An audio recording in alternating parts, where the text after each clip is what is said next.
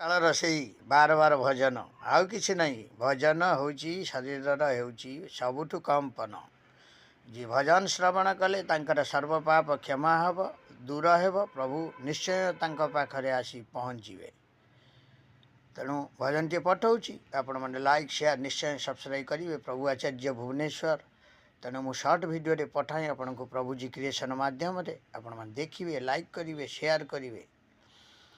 हे बंधु, हे बंधु, हे बंधु, हे बंधु,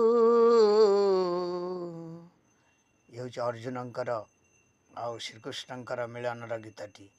विदाय हे बंधु, हे बंधु, हे सखा, हे सखा, विदाय विदाय विदाय विदाय ଯାହା କରିଥିଲ ମହାଭାରତ ରେ ତାହା କି ହୋଇବ ଏ କଳି ଯୁଗରେ। ଯାହା କରିଥିଲ ମହାଭାରତ ରେ ତାହା କି ହୋଇବ ଏ କଳି ଯୁଗରେ।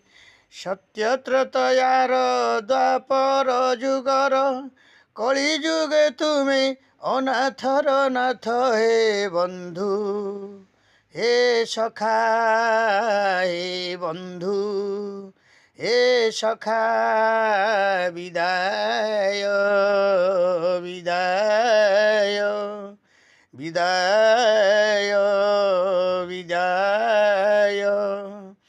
चारि जुगे तुमे सबु सिद्धि जान, कली जुगे अछ जगतर नाथ पूर्ण। जगत उद्धार करिवा थय, जगत उद्धार करिवा थय।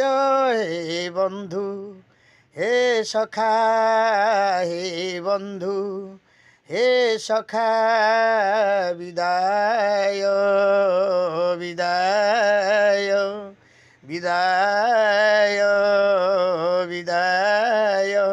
शेष बेले तुमे हेबटी देखा, ताहले होइबी तुमरी सखा।